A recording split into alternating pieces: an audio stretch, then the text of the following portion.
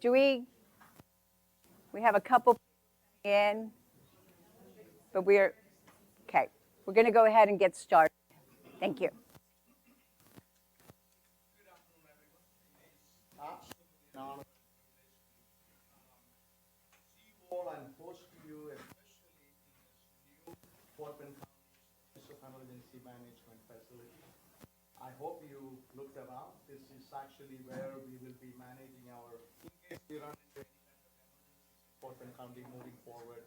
This was almost 4 years in the works, so that is wonderful. But I'm so happy to see that, especially numerous people from various walks of life. Thank you for being here, and I see that the department is represented here, and Roland, Brian, no, right? So that's what Brian always say. He's from Roland. No, EMS. And thank you for being here, Brian, and many other departments, and our county treasurer, Bill Rickett. Any other elected officials? And our numerous staff and Dr. Minter. And you can sit all the way in the back. Think nobody will notice you. Think nobody will notice you. You're always going to be noticed. So, Dr. Minter, thank you. Welcome. And thank you for, Dr. Almeida, thank you for organizing all this stuff. And I tell you, and I was just looking at some numbers. I'm not a psychologist, or I'm not in behavioral department. I'm just an ordinary citizen. And I said this before, maybe if you haven't heard this, I had a unique experience like 3-4 years ago, 5 years ago. A community member, somebody said their 11-year-old son committed suicide. And he was a Fort Bend ISD student at the time. And I walked in, I know this kid's grandparents, I know his parents. What do I tell them? What do I tell them? I couldn't say anything to them. I couldn't say, how do I say that it's okay, it's going to be okay? How do I say that? No, it's not going to be okay. So I simply told them, hey, I'm here. I'm here to support you, and I'm here to do anything I can. And that is why you are here, so that we could maybe one of those incidents we can avoid. And that's why you're here. And I was just looking at our suicide rate. You all know that. You are the expert. I'm not going to talk about all the numbers and all. Our suicide rate in our country went up. And it's at 14.5% per 100,000, as you all know. And so it went up substantially last few years, and especially during pandemic, it was a major issue, mental health related suicide and things of that nature. So more importantly, I understand as an ordinary citizen, I know that we need to talk about it. If there is an issue, we need to talk about it. We need to understand the signs and symptoms of a person going through mental depression and things of that nature. It is about awareness, and this is the reason why you all are here. This is the reason why our sheriff department is represented, our EMS and our Health and Human Services department, and all these departments and related areas represented here. And so this is why we are going to have this conversation. We wanted to make sure that moment, hopefully, it never happened.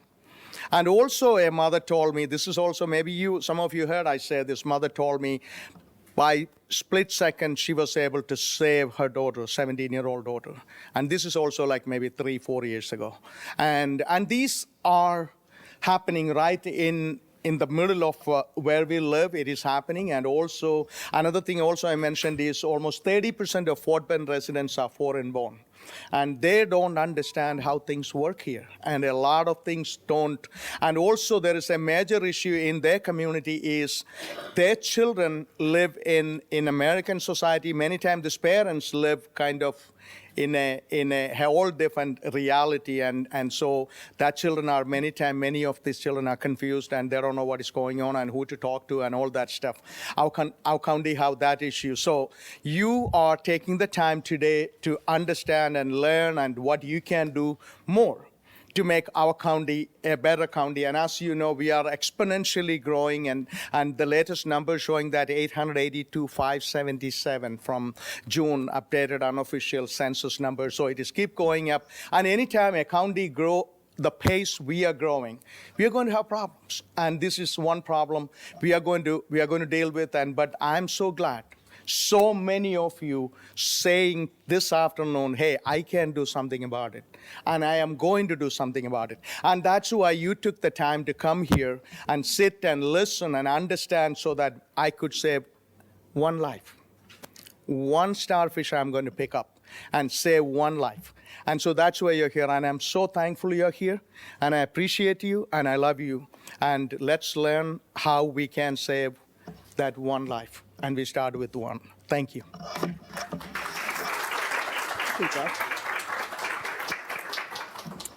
Thank you, Judge. Thank you for supporting this event. Also, Commissioners Court recognized September as being Suicide Prevention and Awareness Month. And again, we're very fortunate that in our county we recognize mental health as a priority and working together to address it. And I also thank several of our department heads for taking the time to be here. I know everybody has very busy schedules, but this is really important. And there's also some community members, so thank you for joining us. And again, I hope some folks are able to join us virtually. So we have a really amazing panel. One of our panelists is actually on her way because she had another event. And I can go on and talk, but I'll try not to do that. But I'm going to talk a little bit about our panel and, who responded to, last minute emails and requests. So I thank you all for that. We finalized putting the PowerPoint together this morning, so we work very collaboratively. But we have the opportunity, Dr. Kathy Scott Gurnell, who is a certified, both certified in adult and child and adolescent psychiatry, and is also the behavioral medical director for United Healthcare. Dr. Gurnell graduated from the University of Texas, and actually the medical degree is also from the University of Texas, but the medical branch in Galveston. She has a wealth of experience working both in private practice.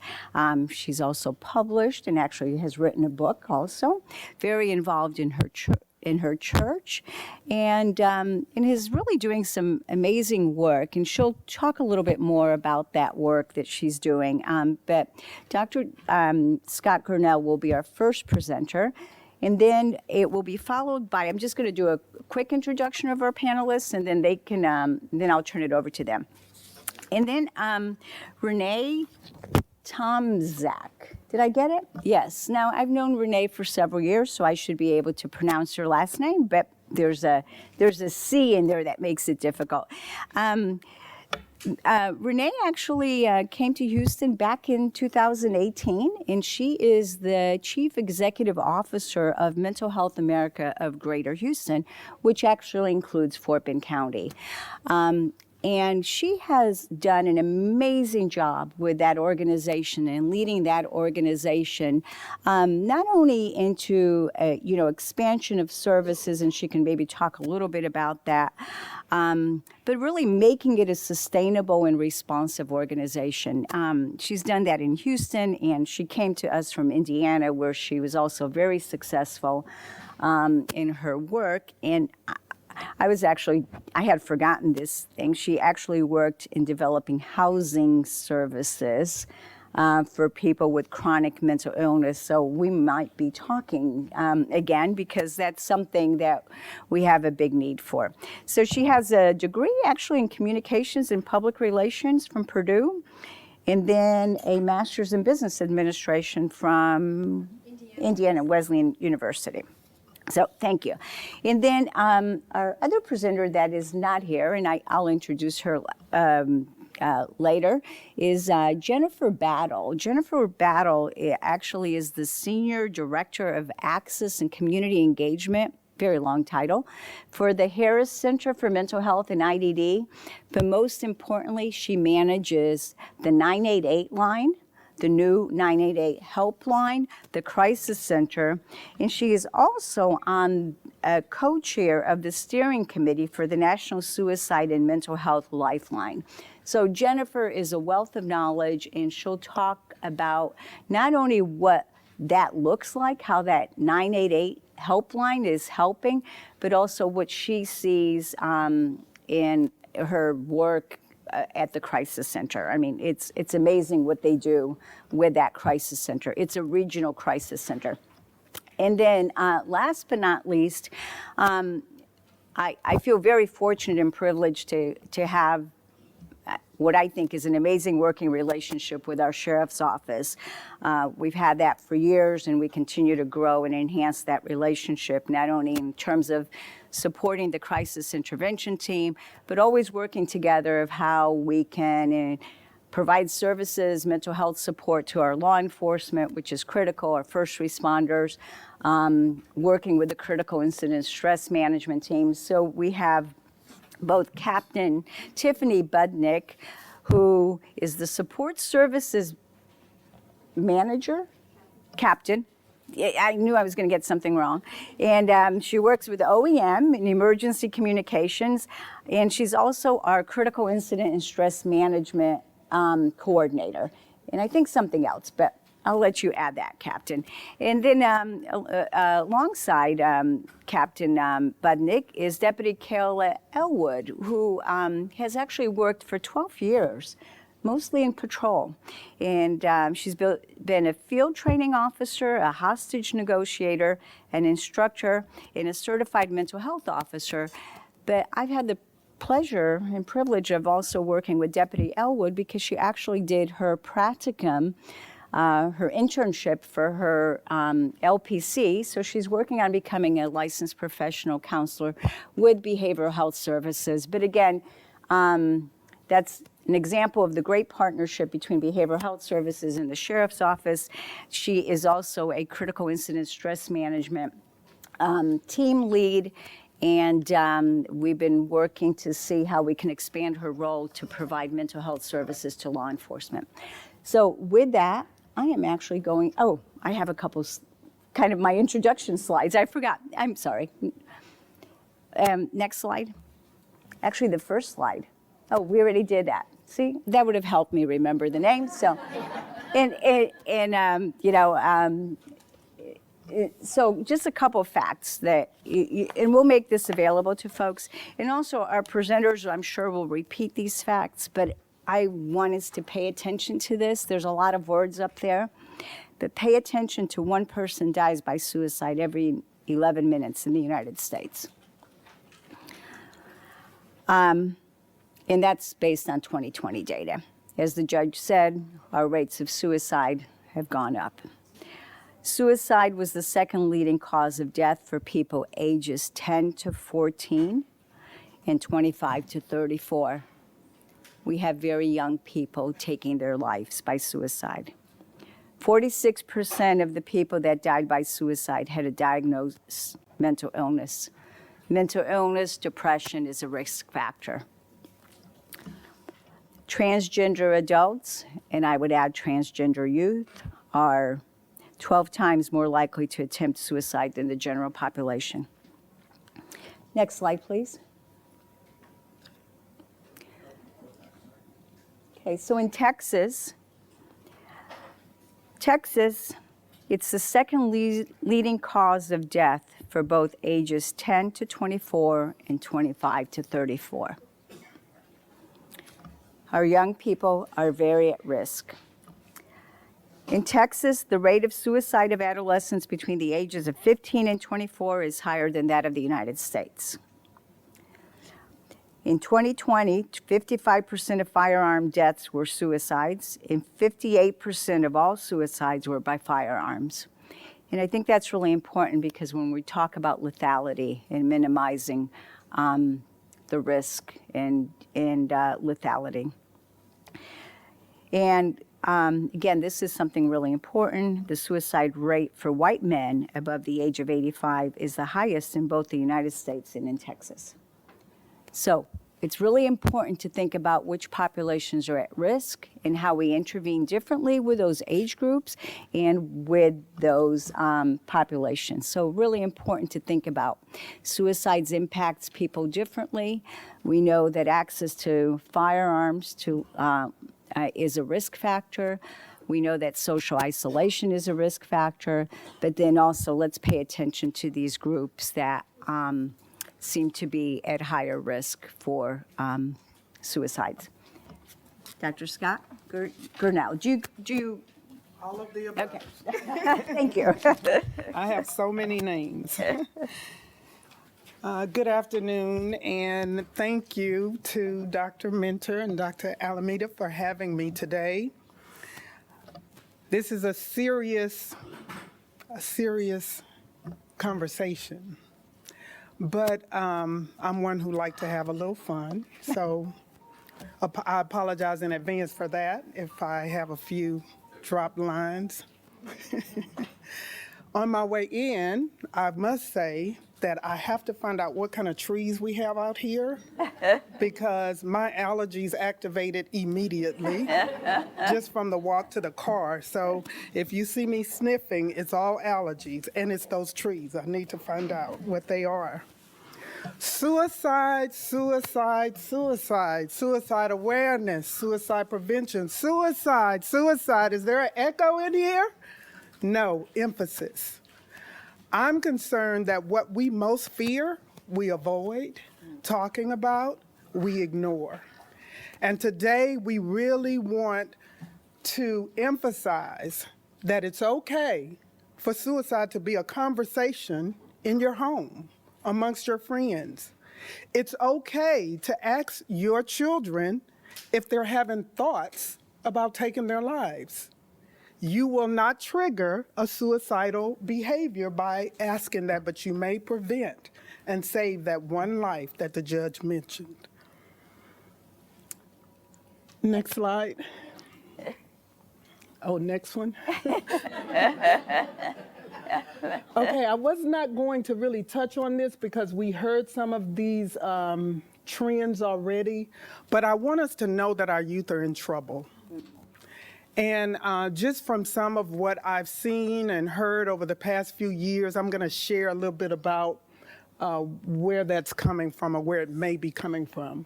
Also, I want to pay attention to, on this slide, that the attempts are getting more and more violent. I know you guys probably heard about the young lady at Southern who walked into the water to take her life. I mean, the attempts are just very different and much more violent than we've seen. We know that gunshot wound is the most common, but people are getting very creative. Now, some of that might be the media, but at any rate, that's what we're dealing with right now. It's always been the case, and still is, that women attempt suicide more often, but men complete more often. So again, our young males are in trouble. In the African American culture, it's increasing. Today we want the goal to be that we are all mentally healthy. I think COVID taught us that it's not just about our physical health. We had to start looking at our emotional health, our mental health. I have a good definition for being mentally healthy. You are mentally healthy if you are in harmony with yourself and your environment. I just want you to think about that. Sounds like peace to me.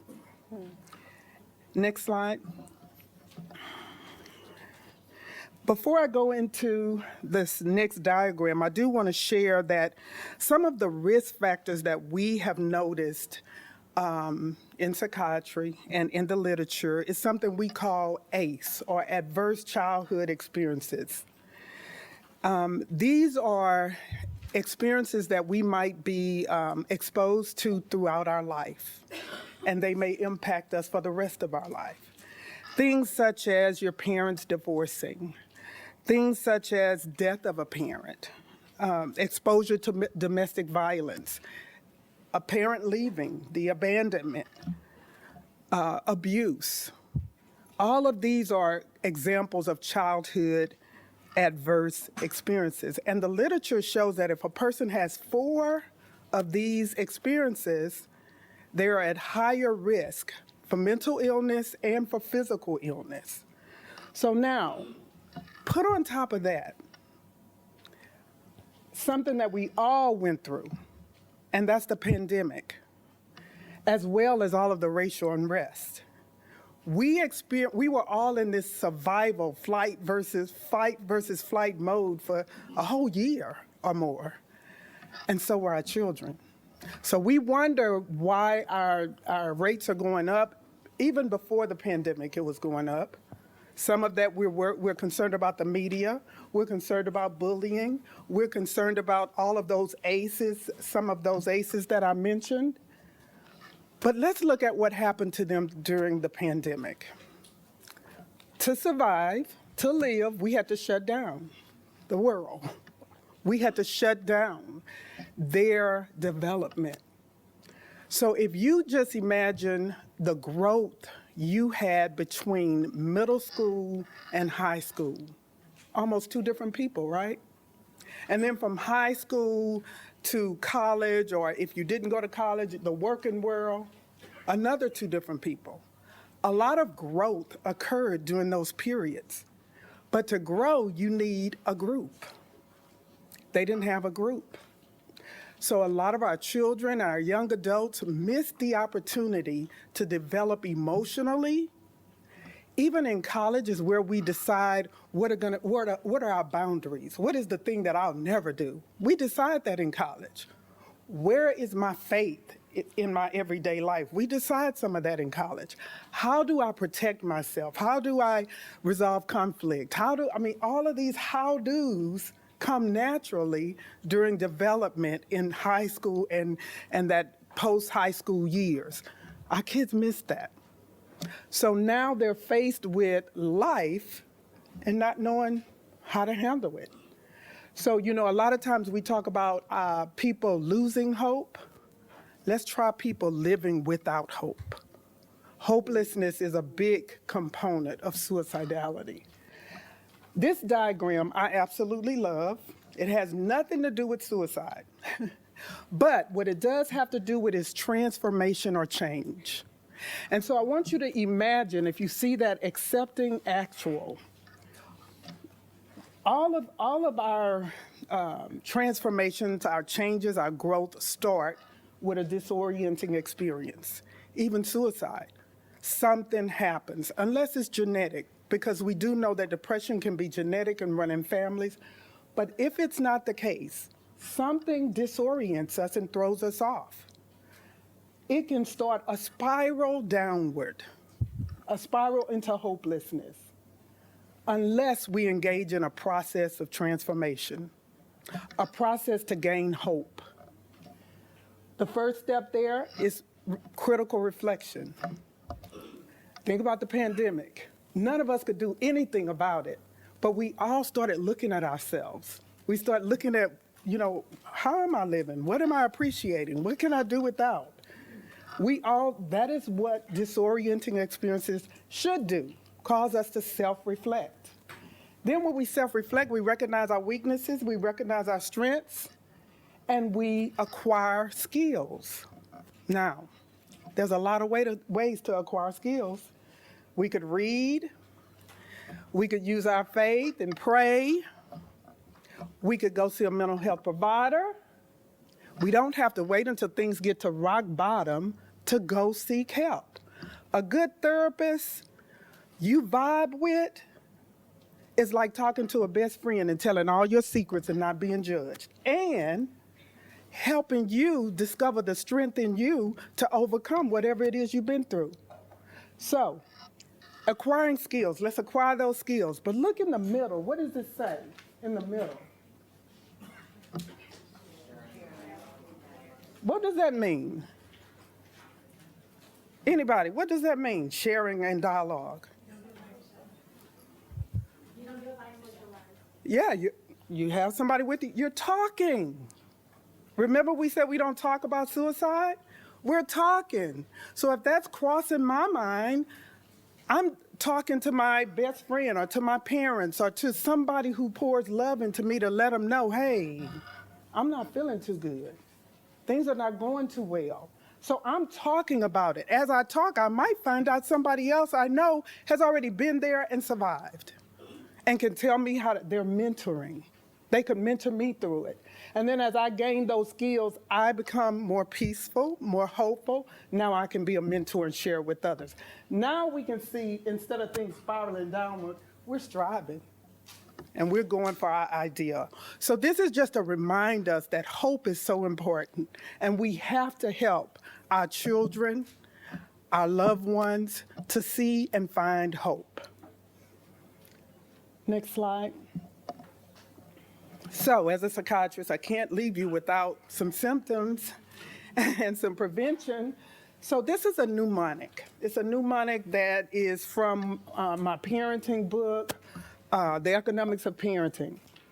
And stressed, I use stress to identify some of the most common symptoms of depression and anxiety. I should have told you to give me a 5-minute warning because I didn't pay attention to time like I meant to. But as far as stress, you can see here, S is sleep disturbances. You can have trouble falling asleep, staying asleep, waking up early in the morning, not sleeping at all, sleeping too much, all of those. Thoughts scattered. You can have trouble with your concentration. You could have problems with negative thoughts, negative self-talk. That's something else we have to change to get into a place of hope. It can get as bad as hallucinations. Ranting, which stands for irritability. Most people who are depressed, not all, but especially teenagers, when they get depressed, they are mean and irritable. They change. Energy, too low or too high. Sadness and crime, we know what that looks like. And of course, suicidality, just that feeling of no hope. I don't see a way out. I don't see a way to fix this. Emptiness, that's the hopelessness, the worthlessness. Nothing excites me anymore. I don't enjoy. You see children who maybe were always on the track team, they quit track. This child loved tennis, won't play a bit. That's a risk. Disconnected. Again, they're not wanting to hang out with their friends anymore. You know, teenagers don't want to hang out with adults, with their parents. We expect that. But when they don't want to hang out with their friends, there's a problem. There's something going on. So now for solutions real quick. If you have, now for me, depression shows up if you have 5 or more of those. But for you, I'm going to say if you have 3, because you're going to underjudge it. Okay, so if you have 3 or more of those, it's time to see a mental health provider. That's why doctor is number 1. It doesn't have to be a doctor. It could be a nurse practitioner. It could be a doctor. It could be a mental health therapist. But you need to go see somebody because something's not right. My mental health is not in harmony. I'm not in harmony. Other preventions, and I have dessert. How many people knew that stress spelled backwards was dessert? Did y'all know that? When we're stressed, where we go? For the dessert, for the carbs. But I wanted us to have some healthy desserts. I wanted us to have some health. So we got doctor if we have 3 or more of those symptoms. But other things we can do, exercise, for example. Exercise, just a walk.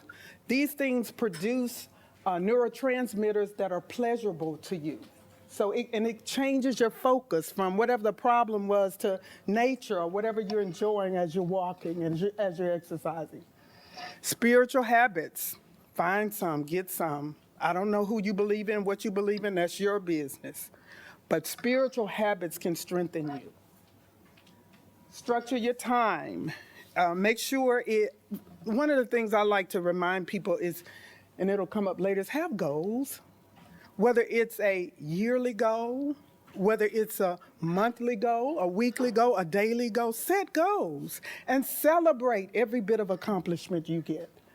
The other thing that's important here is making sure you find people who pour love into you. All of us know people that pull, won't, take, that will take you down. Find people that pour love into you and spend some time with them, right? Start fresh. How many of us are bringing baggage from childhood, baggage from a marriage gone wrong, all this baggage with us throughout our life. Give yourself permission to forgive and let go so that it helps you. And you can start fresh. Guess what? Every day. Every day you can start fresh. That is my talk, and I know that my colleagues here are going to give you a whole lot more, but thank you for listening.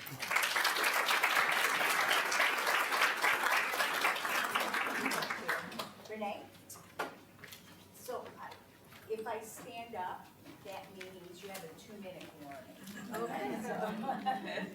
Okay, well, I timed it, so we'll see how all that goes. So thank you so much for the opportunity to be here today and speak with you. As Dr. Almeida mentioned, I came from Indiana. What brought me here?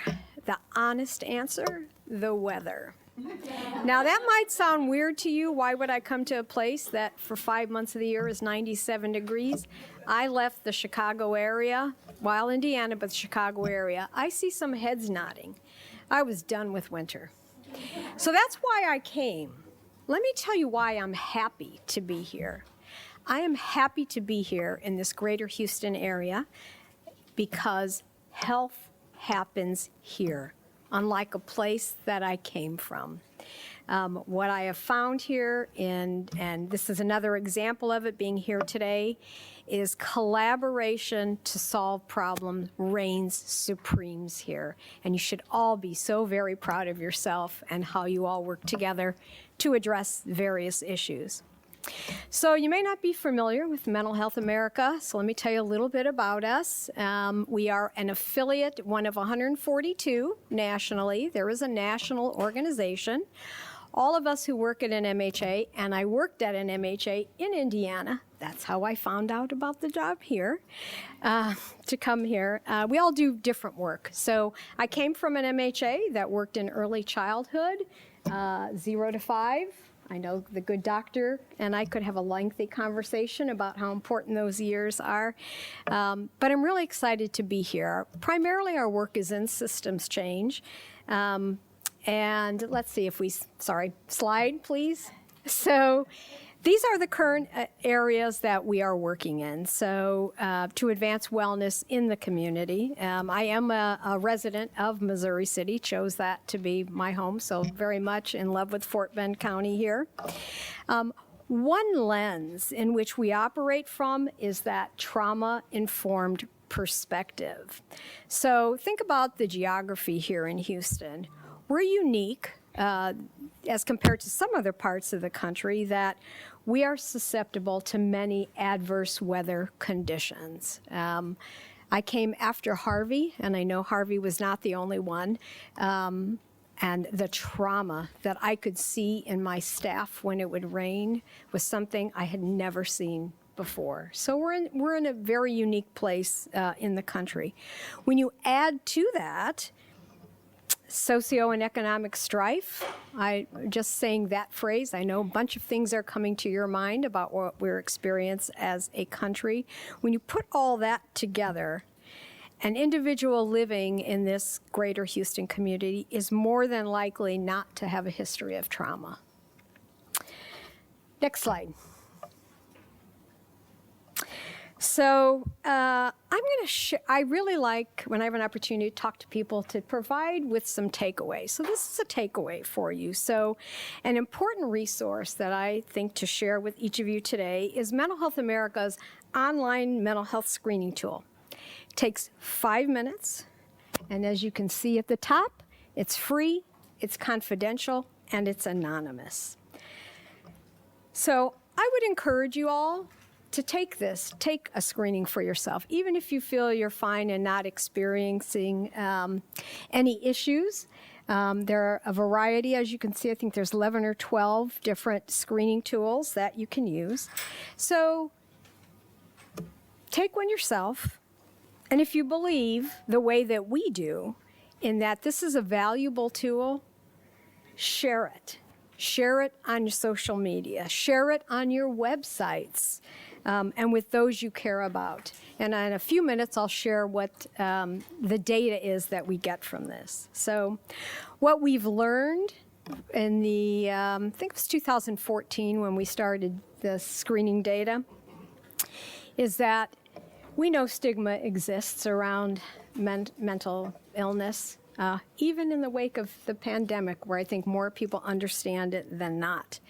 What many people have done, have told us they have done, after they've taken the screening, they've printed out, and they've walked into their doctor's office or to somebody they trust and handed results and said, help me, because they didn't know how to start that conversation.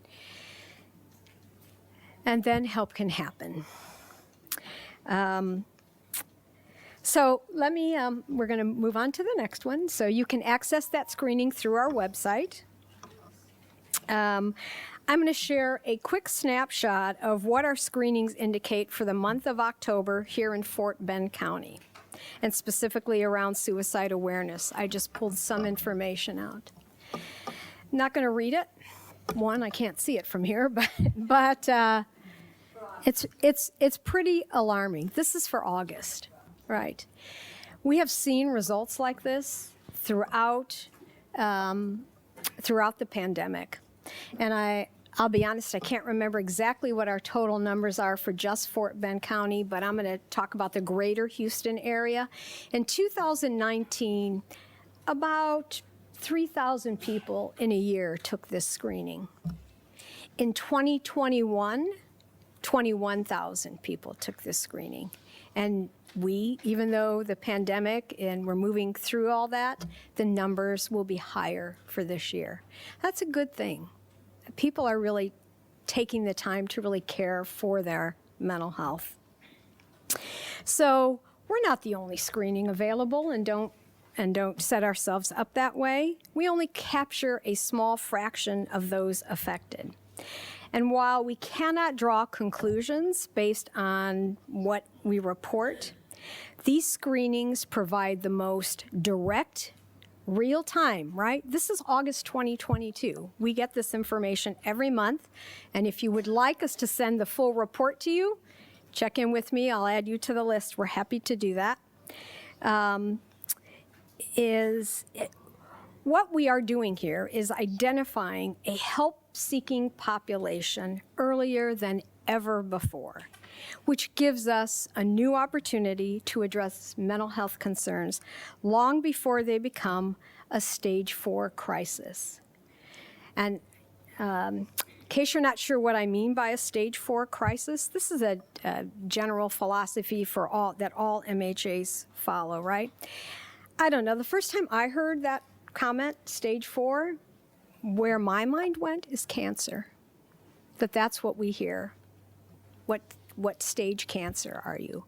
What we want people to understand is when you're thinking about mental health, and the doctor can attest to this, 8 to 10 years before mental health conditions are diagnosed, right? Often is the case, right? You're already at stage 4. Agree, doctor? Right?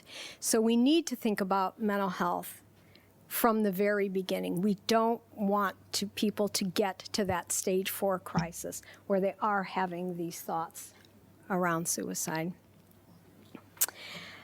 Let's see. Okay. Yep. So far in 2022, thinking about the slide before, this is the slide I want, leave it where it is. So far in 2022, more than 2,000 people have screened for symptoms of a mental health challenge here in Fort Bend County. So when someone tests positive or likely for a condition, I mentioned one thing that happens is they can print that out and take it to their doctor or somebody they trust and ask for help. But in addition to that, they are also given some do-it-yourself tools and resources to help mitigate what they may be feeling, and a reminder that mental health conditions are treatable and recovery is possible. So looking at this slide is specifically looking at the PHQ-9 depression test, which is what is offered. If you go to the website and do screening, it's the PHQ-9 tool that is used. And these results I'm going to share from you are 2021. So this is question 9 on the PHQ-9.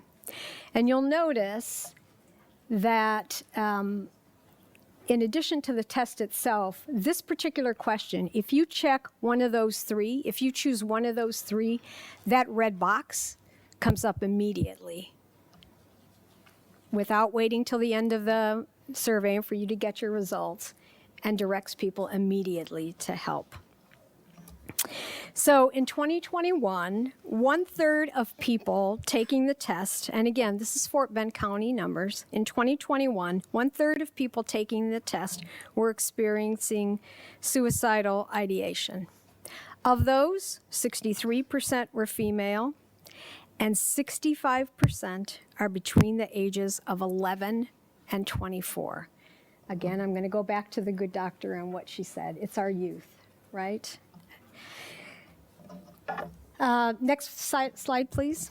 So what else can we tell you about the people who took the screening in the depression screening in this last year? This is 2021 data. As we know, no demographics or population are immune to struggles with mental wellness. And I think as you see these results, you'll agree. Even though you can't read those numbers, the first one is the largest population, or the largest percentage of respondents are white at almost 27%, but very close behind, between 19 and 25%, is the Latino Hispanic people of that ethnicity, Asian Pacific Islanders, and Black African American. In terms of household income, we tend to think maybe those who don't have resources are those who are struggle. While that is true, it is not the only truth. In terms of household income, we could see whether a household's income is less than $20,000 or more than $150,000, mental health challenges are real. And if we can go to the next slide. So I know my time is short, so I just want to share a little bit about some of the work that we're doing on the prevention side. So one of our primary program areas is the Center for School Behavioral Health. MHA of Greater Houston has trained educators and other child-serving personnel in Fort Bend County and throughout Texas in our evidence-based curriculum known as Emotional Backpack Project. And I'm really excited to share, we've been invited to Spain to talk about our findings. So we have some on our team who will be going there in November. And what this curriculum does, it's infusing lessons and tools for use to promote mental health throughout the school year. One of the things that I always say about trainings, they're very valuable, and you really feel that value when you leave a good training. But then what happens, right? We have to be consistent and continue to share those lessons as often as we can. And then talking about another area of our work, a big part of our work is mental health literacy. I attended the mental health task force meeting, that was last week, I think. And some data was shared that the number one, I think this was a community needs assessment, and the number one issue was mental health, the concern that people had. And when they asked people, what do we need? The answer was education. So I'm really proud of our mental health literacy work that we do. In 2020, we added the Ask About Suicide to Save a Life training to help people recognize those early signs and symptoms, and then provide intervention steps to support a person that might be at risk for suicide. And then, okay, great. So, when I had an opportunity to go to Austin a couple weeks ago, and because I work in mental health, and many of you do too here, I think if I asked, who knows what 988 is, my guess is everybody would raise their hand. In this audience that I was with in Austin, I was shocked to learn that they didn't know what that is. So this is my second takeaway for you, is as often as you can, share the importance of 988. And then one of the things that we were trying to figure out when it became available is, well, how does it work? Well, nobody wants to call a suicide hotline. In fact, it's called a lifeline, is not called a hotline, is what happens if you call or chat. So this helps explain that. I know it's very small to see. Happy to share slides if they are useful. So I'm sure my time is up. Thank you so much. Appreciate the opportunity to share with you today. Thank you, Renee. That was a wealth of information, and we're actually going to be posting this PowerPoint on county website. The survey, the community health assessment that Renee actually talked about is actually an initiative that the health department and Dr. Minter and her staff really have been engaged in for the last several months to get input and from a variety of stakeholders, different types of data that's being collected. And yes, indeed, mental health actually was identified as a priority. I think maybe the number one priority, and I think that's really important too. It's like the education, the awareness. Sometimes when we're in the field, we think everybody knows that. And then what we realize, first of all, Fort Bend County is such a diverse population. And it's really, really important to get the information out there to increase that community awareness. Dr. Mentor, anything else on that? You're good? Okay. Okay, thank you.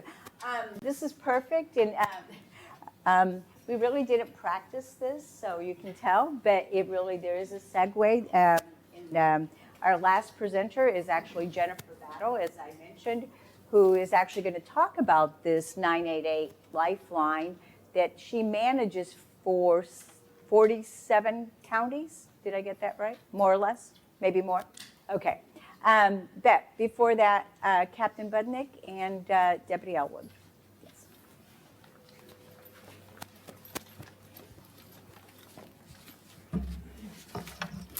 Hello, thank you guys for being here. Appreciate the turnout, and thank you for the opportunity. If you can hit the next slide for me, I'm Kayla Elwood. This is my captain next to me. As Dr. Almeida kind of shared earlier, I've been with the Sheriff's Office for about 12 years. Most of that was with patrol. The last year and a half, I did get the privilege to work with our CIT team, which is Crisis Intervention. I'm very grateful for that because these men and women are amazing officers that specialize in working with populations of mental health, having crisis, connecting them to services with the community. They work very closely with Dr. Almeida's office, and they do an outstanding job, and that's all they do all day long, every day, is focus on this and how we can help our community. So next slide, please. I know the conversation's been pretty heavy and stuff, and I don't know how many folks in here are familiar with first responders. If you know police officers, you love a police officer. But we're going to talk about some numbers today, and it's something that, as you ladies mentioned, is that we have to talk about it. We have to be willing to break down those walls and be vulnerable ourselves, talk about our struggles, and making it a more normal thing to express and share in order for other people to open up with us and to us to be able to connect them to services. Next slide, please. So these numbers here, if we look at starting in 2019, that's going to be our highest number. These were pulled from Blue Help. This is a website that collects data and information on first responder suicides. So this is nationwide. All of the numbers since 2017 of officers, including police, dispatch, and corrections, who have taken their own lives and have actually committed suicide. Keep in mind that these are just what's being reported and documented, so we really have no clue how many more numbers are in there that we're not seeing up there and being recognized. This is also not including attempts. So we don't know how many more officers are out there that are actually making attempts and then hopefully getting connected to have some help and have some assistance. If you can go to the next slide, please. Yes, thank you. This one should be... For fire and EMS, just to kind of put this into perspective, because I do get asked a lot, well, do fire and EMS struggle with it? Do you know about paramedics and the firefighters? What's the difference in the numbers? So we lost 108, is that correct? 108 in 2022 officers so far just this year. 108 officers across the nation.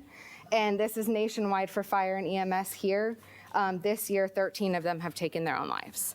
So to put that into perspective is that we are really, really struggling, and there's something that maybe they're doing right that we can learn from, and actively engaging in their caretaking, maybe talking about it, normalizing it. But our jobs also are very different, and we'll kind of talk about that here in just a second. Next slide, please. These are the numbers in Texas. And actually, I was on the phone with my captain last night at 11:30 at night, because that's what we were trying to do to wrap up our slideshow and make sure we had everything that we needed for today. And as she pulled up the website, she pointed out that they added another number. So I pulled these stats at 9 a.m. yesterday, and at 11:30 last night, another officer in the state of Texas was reported as a suicide. So we've now, just this year, since January 1st, we have lost 12 officers in the state of Texas. And that, I don't know about y'all, but that just hurts me, right? Like, what are we missing? What are we not doing? Because the caretakers, right, we're out there taking care of other people, but we're not taking care of ourselves. So we have to do better about that, and we have to talk about that, and we have to make changes. The numbers in 2019, 3 of those were from our department. We've been fortunate to not have to have any more ceremonies, any more burials. I know we don't want to attend any more of those, and that's why we are huge advocates and trying to push peer support and CISM and finding resources and doing everything that we can for our officers and across the state, across the nation when we can. But we don't want to be in that situation again. If you can go to the next slide, please. Kind of a comparison, again, to put things into perspective. These are line of duty deaths from this year and last year. So this year, the ones that are highlighted, violent attacks on law enforcement, somebody actually trying to take our lives and to harm us and take us away from our families while we're doing our job. I think it says 49 for gunfire, 9 for vehicular assault. The total number, 177, is pretty high. There have been a lot of other incidents, but violent attacks on us, this is nationwide, but 108 of us have taken our own lives. That's, right, double than people trying to take us out of the game, stopping us from doing our jobs. Why are we giving up? Next slide, please. This is a little bit of a breakdown. I know some people in here like the data, like Dr. Almeida. She usually has questions for me. So just a little bit of the statistics from 2017 up until today. The average years of service here, some people have asked, is it rookie cops? Is it these younger generation? They don't have a lot of experience. They've never been spanked. They don't know how to deal with stuff. Well, actually, no. The average years of service for the count for completed suicides is 16.8 years. So there were several in there that were officers with 20, 25-year careers that finally got to a point of maybe for 25 years they didn't talk about all of the trauma they were exposed to and all of the things they saw and heard and witnessed. And then you also have life that happens away from what you deal with at work. Corrections officers was 11.7 years and dispatchers 3.5 years. For our gender breakdown, out of the total number, 966 were males and 74 were females. The most population who's at risk for race and ethnicity, really Caucasians, at 83%. That is significantly higher than anybody else that we have in that population, because then the next one in these stats are Hispanics with 8%. The most impacted age range, 41 to 50 years old, followed by 31 to 40 years old, and the third highest was 51 to 60. Those beginning stages of the career and those very later retirement stages of the career were actually quite a bit lower than these other numbers that were pretty close. Next slide, please. Oh, thank you. So identifying the problem of when we talk about, we talk with officers, dispatchers, correctional officers, and we try to figure out what is going on. How can we start to find solutions? But first, we need to know what the problems are and why are we doing this as a subculture. Old school police culture, fear of stigma, over-identifying as a police officer. That's something that is, I think we're all guilty of it. What happens whenever you join a police academy, right, is you start off, you're super excited, you come into it as you, as a whole person, and you have all these hobbies and all these things around you that make you you, and they're all very important to you. And you have dreams and goals and friends and loved ones, and then you join the force, and we suck you in. And at first, it is so exciting and amazing because you're a part of something. And let's be real, we all want to belong, right? We all want to belong to something. And you get this brotherhood and this sisterhood of people who are saying, I don't care if it's your first day or your last day and you're about to retire. I don't care if your uniform is blue, brown, or green. I'm here for you, and I'm going to put my life on the line for you. And that's an amazing, wonderful thing to be a part of. But with time, if we're not careful and all we do is become the cop, we lose all those things that make us us. We stop doing the hobbies. We stop connecting with our family and our friends. We develop this different perception of the world because so much of what we're responding to is negative and hard and difficult. And it can be beautiful and wonderful, exciting, and even sometimes funny.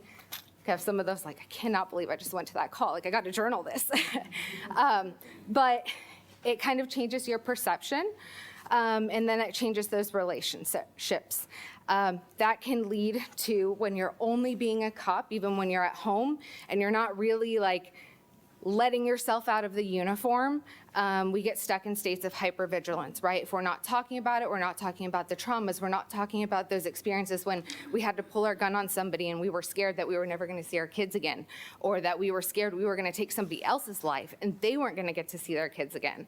When we get stuck in this hypervigilance state, it's very, very elevated, and we're getting stuck in prolonged states. So it's very elevated, hyperarousal, startle response, very, very much encouraged by fear in our response to these memories that we're exposed to, and we're not coming down from them and like staying leveled out. When we do come down, we isolate and we struggle, and the isolation can be a really, really negative thing for us, and that's when we're not connecting with family, we're not doing our hobbies, we're not hanging out with friends, and it's just work, work, work all the time.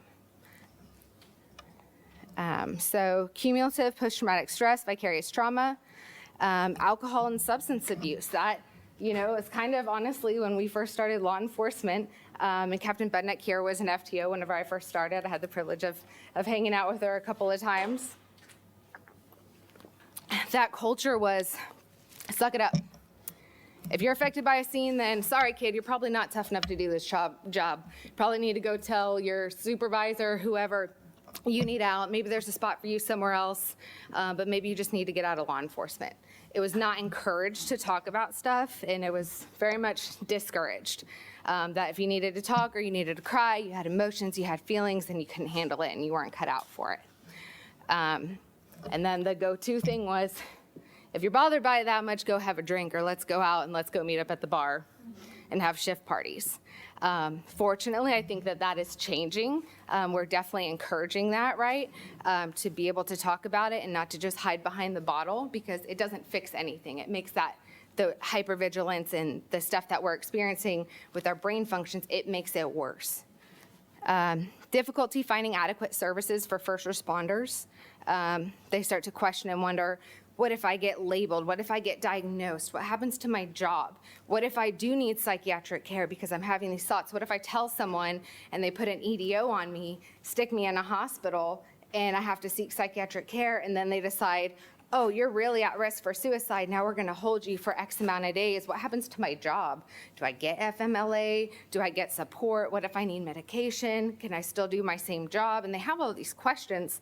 And for a long time, no one was able to answer them, and they weren't able to give them that like reassurance and give them the support that, hey, it's gonna be okay. Your job is still gonna be here for you. We're still gonna be here for you. And we've been really lucky and privileged that this administration has been incredibly supportive of that. And they've given us a lot of reassurance that, we want our officers to take care of themselves. And I hope that around the country, that's what all departments are doing, because it's very, very important to hear it from the top, right? Because we can talk about it ground level, deputy to deputy, even captain to deputy. But I think it's very important for the, administrators out there is if you're running a department, let your folks know that they're valued. You care about them. They matter. If they need help, they still have their jobs, and you're going to be there to make sure that they get the support that they need. Just a few other things, negative or false media attention, and then the change of public's perception and expectation on us. As I mentioned before, is life doesn't stop outside of work. So this vest and the badge doesn't protect us from the stuff that we see and deal with at work. And then you go home and you're still exposed to all the same things that everybody else in the world is. COVID and loss of life and divorce and everything else, inflation, everything else, all these other stressful factors that you can be struggling with on top of struggling with things at your job. My last point before I toss it over to Captain is, for the first responders, that when you go to a scene and you're in a fight and you're calling for backup and you're asking somebody, right, you're in a fight, you're scared for your life, you don't know what's gonna happen, and you're on the scene by yourself. We are so quick to get on that radio, I need another unit. Step it up, I need another unit. And we're asking for help because there is a threat, there is a danger. But what happens when the danger's in here or here? Why are we not asking for a unit? Ask for a unit, man, we're coming. You know that we're coming whenever, stuff hits the fan. I'm sorry, I'm trying to watch my language. We're gonna have the whole county, right? We're coming, every other department that's in there, the constable's office, right? All the PDs, DPS, if somebody's dropping an officer assist, the cavalry is coming for you. And we're gonna do that too if it's regarding your mental health. So I'm gonna let Captain wrap up. Thank you.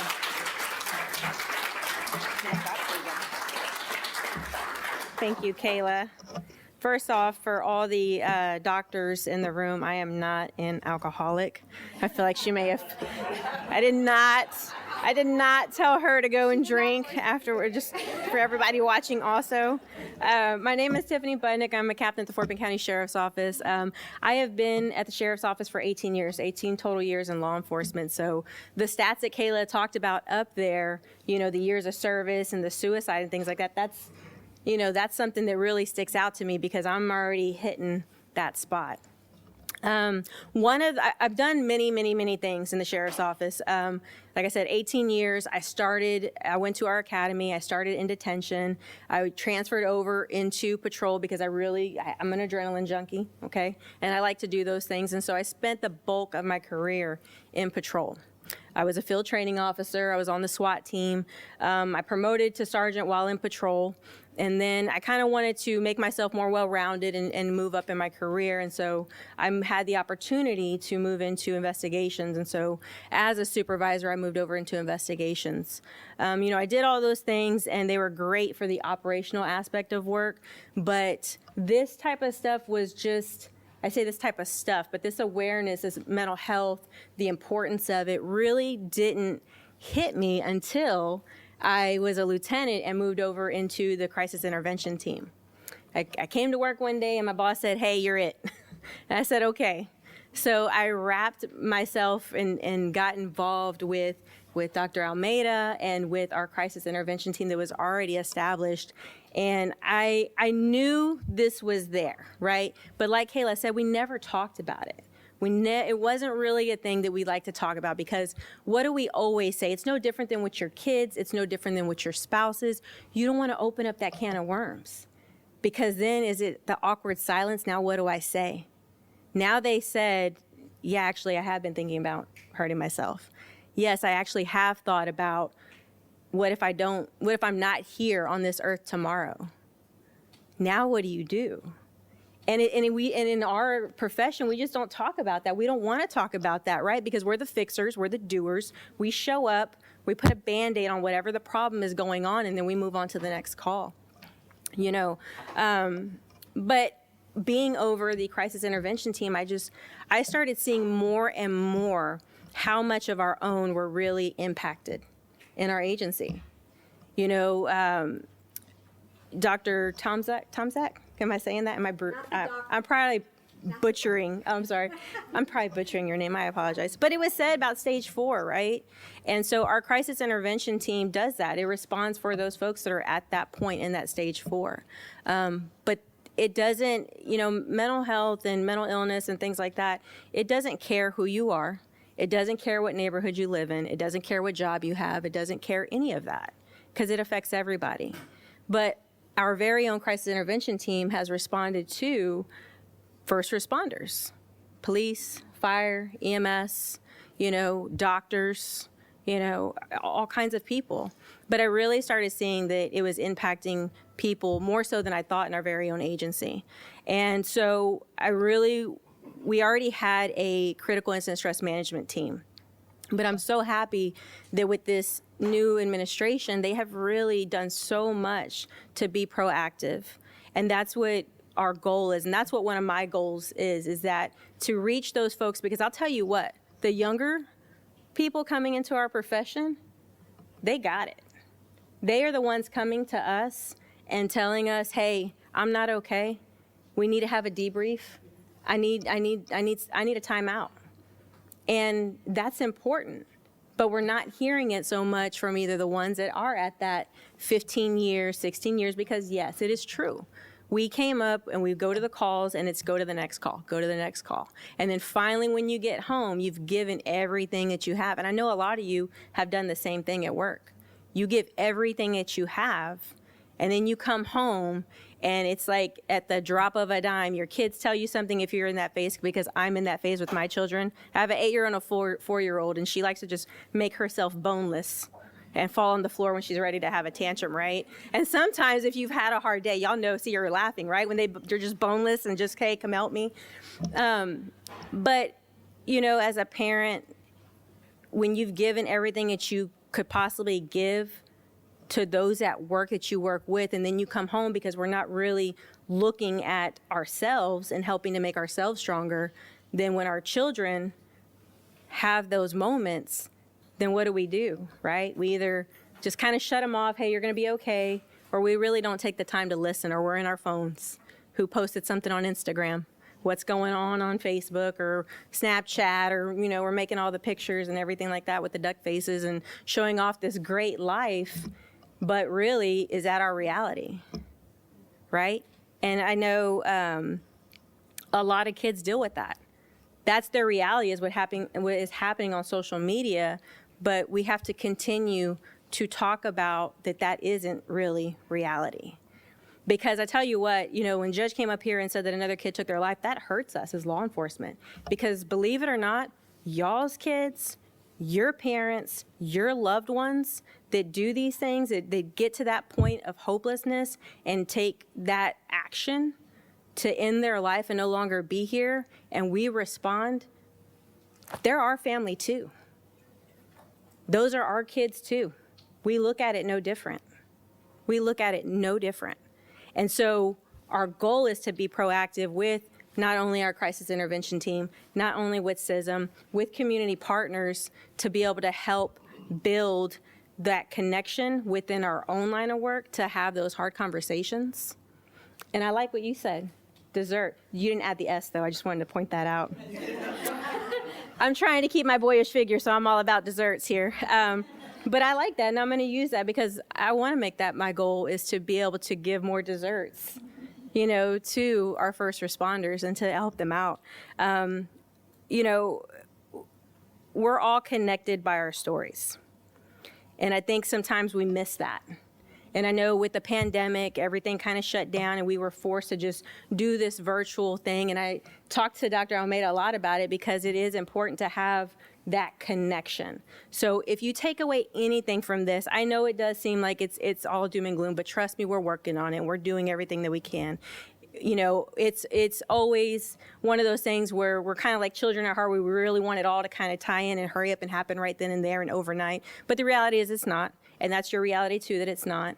But the biggest thing that I can say, taking away from all of this, from everybody's presentations up here, is to work on that connection. You know, the consistency and the action. We come to the trainings and our awareness is high. And that's what we want to do, is to reduce the stigma and bring up the awareness, but also put it into action as well. And whether that means, you know, they always teach you about, you know, small goals and attainable goals and things like that. Make it 2 minutes. If you're driving around or you're at your desk or whatever it may be, and somebody pops in your mind, but you know you can't connect to them right then and there, we all have phones. I know everybody's phone has a note section. Write their name down. So then when you do have that moment, to be able to reach out to somebody, go back to your list and reach out to them. Hey, I was just thinking about you. It may open up to something else that you never even thought. They may have needed that. Hey, I was just thinking about you. They may need to know that. So turn the training and the awareness and everything else into action as well, and connect yourselves with your stories, because your story actually may help out somebody else. Thank you.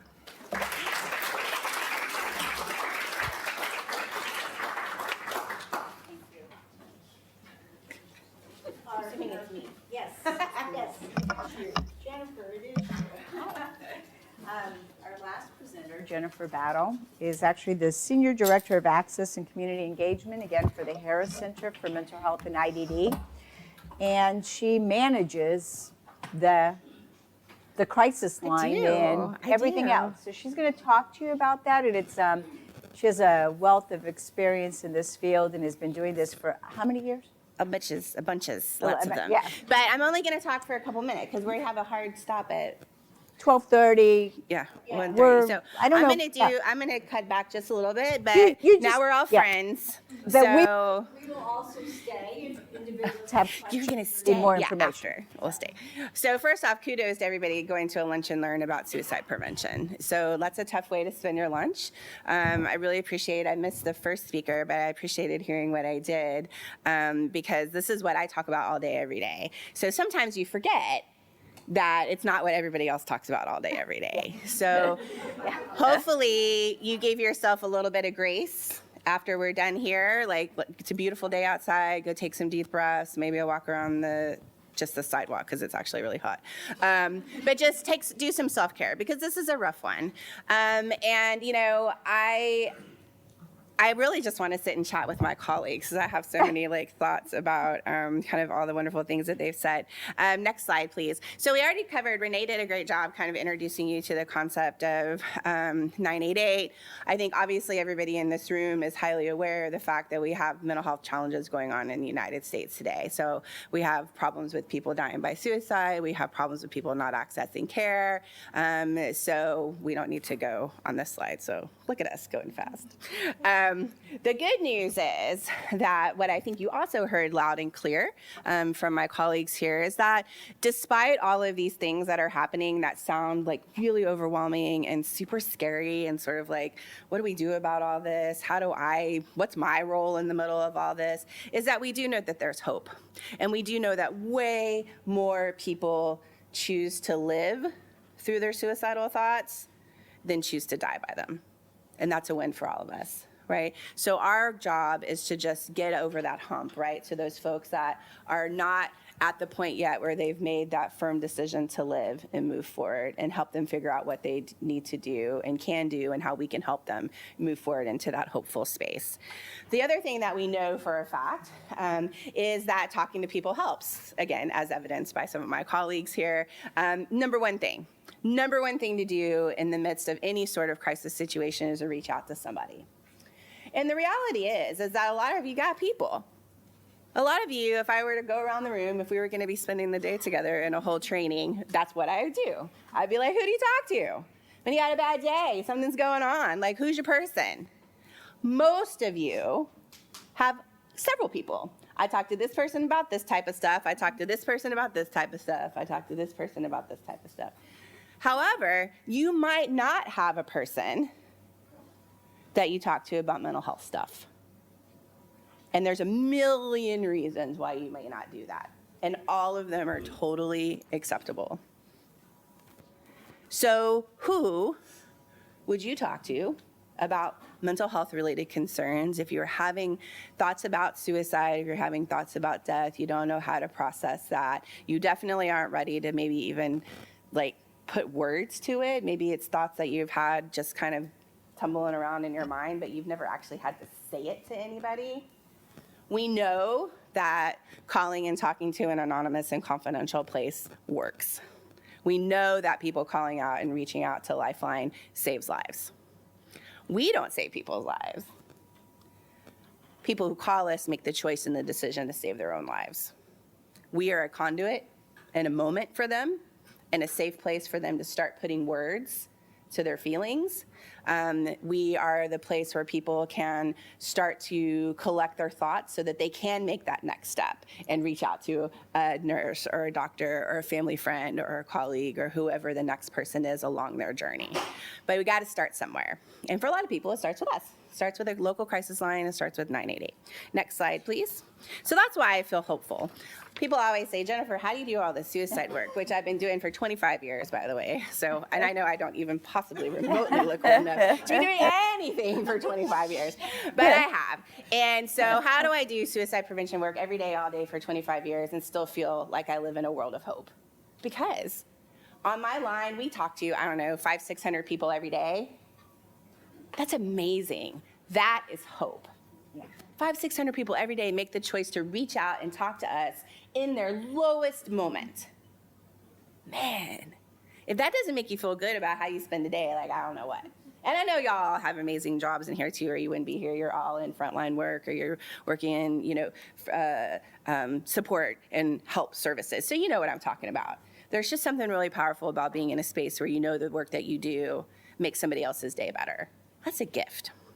So 988, next slide. Sorry, next slide, please. You don't just read my brain when I was like, so just a little bit, like this is want boring stuff, but actually kind of exciting if you're me. So 988 is a long time coming. So I talk to you as a person who runs a local center here, right down the road, Howdy Neighbors, up 59 in Bissonnette is my office. And so I run a big call center. I take 988 calls right today for 45 counties, and in about a month, it'll be for about 50, 52, which is a lot, including 2 giant metro areas in the state of Texas. So in total, my call center will answer almost 3/4 of the population for the state of Texas. And then I serve as the local mental health authority crisis line for 7 other local mental health authorities around the state of Texas, and that's 47 counties. So lots of calls, lots of people that we're talking to. And we've been the provider of National Suicide Prevention Lifeline for over 10 years. So 988 is nothing new for us. It's just a different way of being. It's an expansion. It's an opportunity for us to really lower some stigma around people that don't want to call a line that has the word suicide in it because they need to talk to somebody about something, but maybe they're not ready to actually talk about suicide yet, or maybe that's not their crisis and they think they're not supposed to call because it's not the right number to call. The secret is it's always the right number to call, regardless of what, right? You can call any of these numbers anytime. Crisis is self-defined. I am the beholder. Whatever feels bad to you and is causing a burden on your shoulders is what you call us about, plain and simple. And so I work at a local crisis center, but I'm also the co-chair of the board for National Suicide Prevention Lifeline at 988. And so I've been working on this project for years. And so I can't tell you, how good it feels when something actually like gets done. Yeah. Like when that legislation got signed, we had a party, we had cake. It was so great because it takes a while to move legislation, and it takes a while for people to see the vision of an expansive and inclusive program. In the language of the legislation, it includes language about equity. It includes language about reaching out to underserved and marginalized populations that have a higher rate of suicide completion. So this is very important to us. We're talking about LGBTQIA communities, we're talking about Black and brown communities, we're talking about communities with disabilities. So this is all things that are being addressed nationally by all 200 plus 988 centers, and we're excited about that. So we're live, y'all. 2 months in, we're going. It's going really well. Next slide, please. So I mentioned stigma reduction. So one of the reasons that we really wanted to do this work was to take away this idea that calling this National Suicide Prevention Lifeline may be a barrier for people. People in here, are you familiar with 211? It's a thing. You don't have any shame if you got to pick up the call on 211. Nobody's like, oh my God, I hope nobody looks at my phone and saw like, say I call 211, right? 311, I don't know if you have that in Fort Bend County, but in the city of Houston, we have, it's like a, you know, hey, there's a pothole, or hey, I need someone to come pick up my trash. You call it to ask for help for something. There's no shame. There's nobody like, ooh, you called 311, what's wrong with you, right? 911, obviously in this crowd, we don't have any concerns. Well, every now and then there's some concerns of people who don't use 911 appropriately. But most of the time, people that are reaching out to 911, they're doing it because they have a legitimate need. And again, there's no shame involved in calling 911. Next slide, please. So the whole idea behind a 3-digit code for a mental health and suicide line is, again, no stigma, no shame. You shouldn't be worried about someone seeing on your phone that you called 988 the same way you shouldn't be worried if somebody called 211 or 311 or 911. Got it? Pretty cool, huh? Now, that takes some time. That's not something that we're gonna achieve right away, but we're gonna work on it. And we think over the years, if we do a good job sitting inside of that equity space that I mentioned before and sitting inside of a space that helps people feel safe, and if we do our due diligence, then we can shift that movement toward that stigma reduction piece. So how does it work? Next slide, please. Renee did a good job of kind of setting us up for this one. But basically, when you call in through the Lifeline or through 988, it'll give you an option. It'll say if you're a veteran or a person with military service, you can go on and push 1. Connects you to the Veterans Crisis Line the same way it always has. Nothing has changed. Veterans Line is still there. But guess what? If you forget to push 1, and you tell us that you're a veteran, it's not like we're gonna hang up on you. Like, oh, you should have pushed 1. No, of course not, of course not. We'll still talk to you, we'll still have our whole call. If at some point during the call you wanna be connected over, hey, guess what, we're all good friends. We'll be like, cool, let's get them on the line for you. No big deal. If you prefer to speak in Spanish, and the person that answers my phone doesn't happen to be a Spanish speaker, which I have quite a few, then you can connect directly to our Spanish subnetwork. Right, so that's there for you as well. We do have the ability to talk with people in lots of different languages, but for a lot of languages, we do use a translation service, which is not the best, but it is what it is. And so we'll do our best, again, to try to have service available to all folks. Next slide, please. You can also text, and you can also chat online. So there's lots of different ways to connect, and that's important too, because sometimes you're in a space where maybe you want to talk about your feelings and emotions, but you're not in a safe public space, right? So you've got to be able to, look, I was like, I'm going to do it in 10 minutes because I'm so fancy. Yeah, all right. So this is the network. Next slide, please. This is what we look like in Texas. We're so pretty, y'all. Look how pretty we are. We have 5 centers in the state of Texas that are Lifeline centers. And so I'm your center right here. You see where we are. Next slide, please. I went on and pulled a couple of data points just for Fort Bend County. We started providing coverage for Fort Bend County specifically at the end of April of this year. So I didn't include April data because it was really small. And I was really excited because I thought I was going to be able to show some kind of very cool, like, oh, look how we had this trend line after 988 started, but that didn't work either. So I don't know what the trend's going to look like. I was like, what's going on with like May? What happened? I think May is when we turned on, and I think maybe people were testing the line. It's the only thing I can figure. But I'll be able to track it better once we have some more months of data and kind of see what's going on. But I just wanted you to kind of see what's happening. I did get some data from my data analysts on staff. I kind of asked, so like, what's going on with the calls in Fort Bend County? Very few law enforcement connections. It's really the majority of people that we're talking to just need that emotional touch. We're not making a lot of referrals to your local mental health. Anybody from Texana in here? So we're not making a lot of referrals over to Texana for mobile teams or to law enforcement. So I think there was maybe 1 or 2, I think she maybe told me 1 or 2 law enforcement dispatches out of all of this call. Next slide, please, which is really important because when we talk about 988, you'll see, those of you that are like on TikTok or Instagram, you may have seen some posts about like, don't call 988, it's dangerous. If you call 988, they're gonna send a cop to your house. You know, and so we don't do that. We have a very, very less than 1% of our call volume across all those calls that we take do we engage law enforcement at all. We love law enforcement when we need them, but we do not want law enforcement going out to calls where they don't need to be. Those of you in the room that are law enforcement don't want to be at calls where you don't need to be. You got other things to do, right? So, you know, we're working really hard to disconnect this idea that you hear a lot of talking points where people will, and I'm saying this is like insider group, this is not what my public presentation, but you hear a lot of folks that say, you know, oh, 988 is the 911 of like crisis stuff. That is not something that we want to talk about. That is not, we want to disassociate those two things because there will be, again, thinking from our equity framework, there will be people who choose not to call 988 if they think they're going to get a law enforcement response. Now, if we need a law enforcement response, we will call, right? But we will also tell the person that we're talking to that that's what we're doing after we have done significant safety planning and have made every attempt to have any other sort of intervention possible other than a 911 response. Important to note that over 80 to 90% of the calls that we talk to don't need any sort of response. They just need the stuff that the doc here was talking about. That centerpiece, the peer connection, peer support.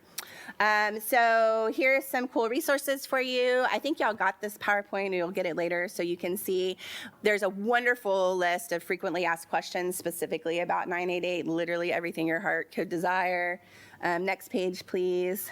There's places that you can go online if you want to order cards, or if you work in an organization that has a print shop, you can download and print stuff specifically and directly. So any of those resources that you want to have available to you. Next slide. And the last one, that's my contact information. So any questions that you have about this, anything ever pops up, please feel free to reach out to me anytime. Always happy to talk about this. Also keeping in mind, sorry, again, insider group, 988 does not take the place of your partnerships that you all have with Texana, right? So Texana has their local mental health authority crisis line. If you're trying to access a mobile crisis team, you're trying to access walk-in care, or if you're trying to access people getting into access to ongoing mental health care, you still call Texana.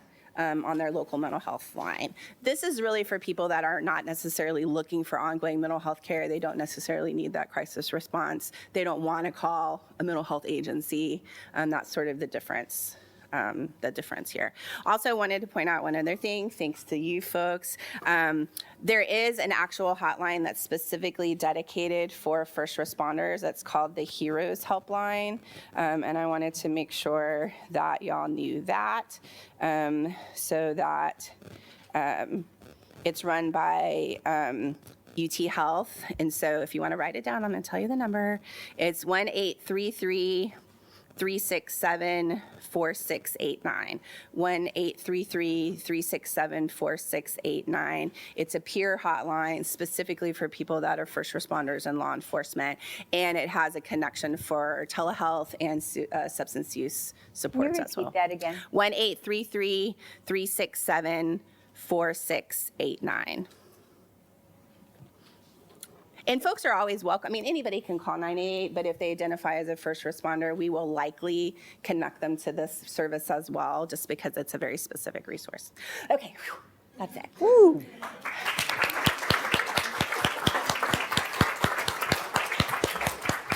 I was impressed, Jennifer. Well, Did you you know, bring, I aim to please. really, thank you for covering a lot of information in a very short period of time. I just wanted to echo what Jennifer said in terms of the local mental health authority for Fort Bend County. That's Texana, and their crisis number is actually 1-800-633-5686. 1-800-633-5686. Really great information. I know that we are at time, so I am so grateful. I mean, we could have a whole afternoon on this, and we probably need to. This was great information. Thank you, Dr. Gurnell, Renee, Captain Budnick, Deputy Elwood, Jennifer, thank you so much, and really appreciate it.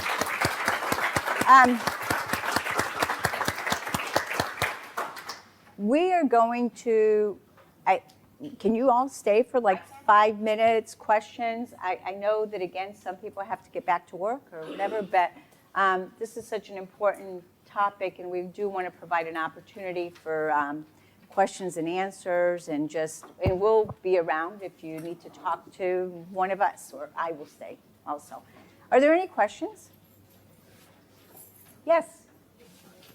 Hi. Thank you, everybody, for this great presentation. Really learned a lot. I was wondering if you could address the question of, you were talking about young people and people feeling alone and disoriented as a result of the COVID crisis. Young people have also been raised in an era of social media. I have a daughter, this category per se, but I remember when she was being disciplined by my point, and we told her, no, you're grounded, you have to stay at home, and she did the no bones thing. She fell on the floor, and teenager, and slipped out. And I thought, well, wow, and then 2 minutes later, she's texting a friend, and she's, getting on Facebook and, communicating. So, what's the thing about, face-to-face versus social media? Well, I will say straight up that the social media is a big risk, can present a risk for everyone. Mostly based on what she was just speaking of looking at what is reality versus not, and thinking everybody else's life is wonderful and mine is not.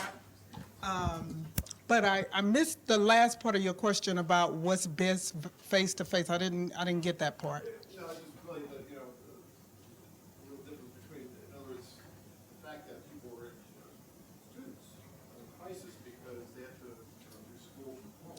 Oh, And that whole, the virtual reality versus The impact. reality of connecting with peers. so the impact that I was speaking of is the development. Teenagers develop in groups. That's why they join the cheerleaders or the dance club or the football team. That's where a lot of their development happens. And for a year and a half, they didn't get it. And so that development is arrested. It's not present. And so because of that, they lost some skills. Some social skills, some survival skills, some conflict resolution skills, things that they would have normally learned being in school was not available to them. And that's what I was speaking of. And I'll also say, we hear this all the time, right, on the crisis line, both from the kid side and from the parent side, by the way. So I think one of the things that's also important to keep in mind is that being in communal groups also lets them talk about, like, their parents, right? Like, could you believe that I got in trouble and my phone got taken away? I have the worst parents in the entire world. And then somebody else is like, oh my God, you think your dad is bad? Let me tell you what my dad did, and I can't do this. And then through that process, it normalizes that experience, right? So you go from being the actual literal worst dad in the entire world, because that's the only person that she has to compare with, right? Like, she's not in a community of people that are sitting down over lunch or, at basketball practice or whatever, sharing stories, just like we do, right? Like, if I ever got mad at my husband, I know he's not the only husband in the world, right? Like, there are other people. So I said, that have challenges, right? So that part of that connectivity, that's so key to help people normalize and not catastrophize, right? Like, we, teenagers have a tendency toward this sort of catastrophization thinking anyway, and it's only because they don't have a lot of life development yet. So the first time somebody breaks up with them, or the first time they fail a class, or the first time they don't make a team, the first time is so awful. And you feel literally like you are going to die and that nothing worse is ever going to happen to you because you haven't built your emotional backpack of resiliency, right? Because the next time that you have a breakup or you fail or you don't make the team or whatever, you live through the first time, you develop some skills. You talked about your skill development, and then you go, okay, now I know what to do.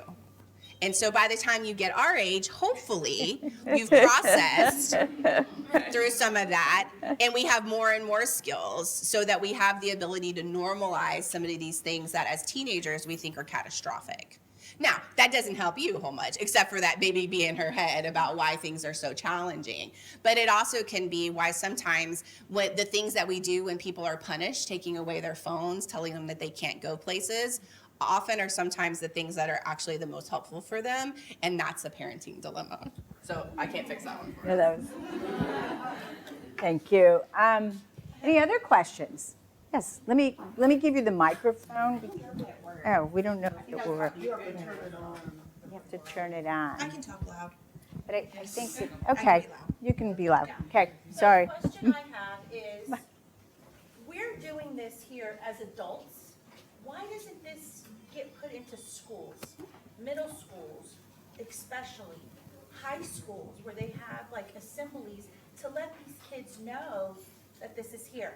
And the reason I'm saying is because my daughter has been bullied from 3rd grade to 5th grade. She tried to take her life in 5th grade. The schools just pushed it away. Let's put her in another class. Let's get her away from these kids. I had to pay for private school just so my daughter could have an education. Then COVID happened. I had to homeschool her. We now put her in a public school. She's in 9th grade. Still suffering from the traumas of what has happened. Not to mention, this is my other daughter, had a brother last year who committed suicide. All of that has changed our family's dynamics, and it's not just us. There are so many kids who are being bullied and being pushed aside because the school district does not help them like they should, and they don't know how to reach out. They don't know that if they call this 988 that they'll be okay. They don't know that there's people who can help them. And why doesn't this go to the schools? Because kids can't be here for this. Just us talking to them. And my daughter doesn't want to talk to me about what's going on. She'd rather talk to either her sister, a counselor, a psychologist. She thinks if she goes to see a psychiatric doctor, something is wrong with her. And it's not. And that's the stigma that's there. So why hasn't this happened for our kids if we're trying to make this known? Why isn't thank you happen for them, and will it happen? Because we can say it's going to happen, but is it going to happen to help them? Renee, do you want to talk about school behavior? You want to talk about that? Let me just make a comment. Thank you for your courage to talk about that. I think that's the first step, because there's still a lot of stigma around suicide. And I too have lost somebody to suicide. And so thank you for being here. I completely agree with you that we need to reach our children. Renee? So, as I said in the presentation, we have the Center for School Behavioral Health. So currently we are working with about 100 schools in 25 school districts. Would we like to work with more? Yes. And as a parent, to all the parents, if this is what you feel is helpful, you need to talk to the administrators and ask for those conversations, ask for those opportunities to reach children. One of the things that we're looking at, our work has primarily been with school teachers, educators, counselors. Renee, louder. Educators, counselors, looking at the administration, trying to get them to understand the importance of this. Parents can play a really important role in this if they ask for this. And one of the things that we're looking at, because as I said, we've primarily worked with the adults. One of the things we're looking at now is to look at couple of things related to youth. One is like an advisory council for us, but also looking at peer support, something we haven't talked a lot about today, and that's, I think that's opportunity for another discussion here. But I am so sorry for what you have been through, and I thank you so much for your courage, and I'd love to talk to you more about it. I'd love to connect you with my director at the Center for School Behavioral Health, who can help us shape, what we're looking at now is creating an emergent strategy in all of our work here. Probably many organizations are thinking about that. What the world was like in 2019 is not where we are today, and I'm not sure where we are. So the opportunity for you to partner with us and help us, because we don't have all the answers. We don't know the right path. We need your help in that. So thank you so much for sharing. I wanted to add too, Shanika, do you want to add anything in terms of Fort Bend County and our commitment to starting early and, reaching out to kids in schools, but we can't do it alone. I mean, through these partnerships and, creating these opportunities to talk about these difficult topics and these very painful topics, I think that is something that I know that the county is committed to. Shanika, who's our chief of staff for the county judge's office. I'm Shanika Smith. I'm Judge George's chief of staff, and I have been working since Judge George has been in office. We've worked very closely with Dr. Almeida and the Behavioral Health Services to be able to do exactly what she's saying. We need to be in the schools. We need to connect with our community.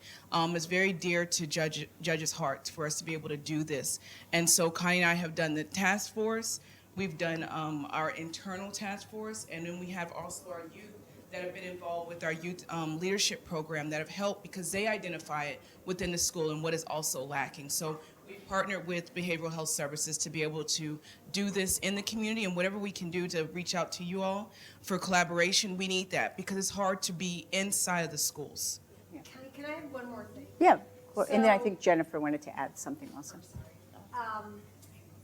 We recently came out with our recommendations report. It's the Center for School Behavioral Health Recommendations Report. Microphone. It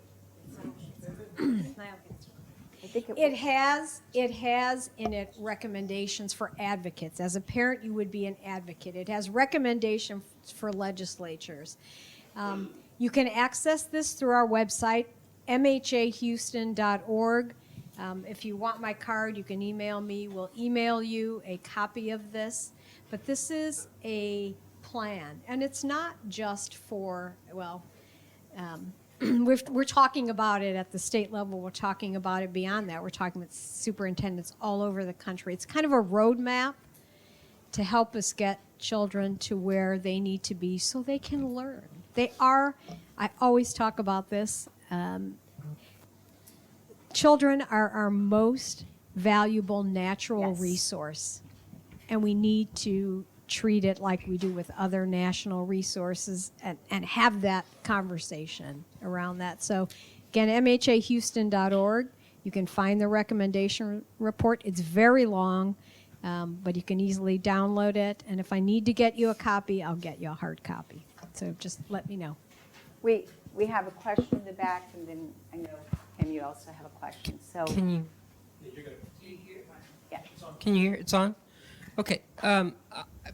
My name is Celia Clay. I work at Dr. Minter's group with Public Health Emergency Preparedness and Response. My career has included Air Force Public Health Officer, and most recently I had been employed as an Allied Health Sciences instructor at Pearland High School in Pearland ISD.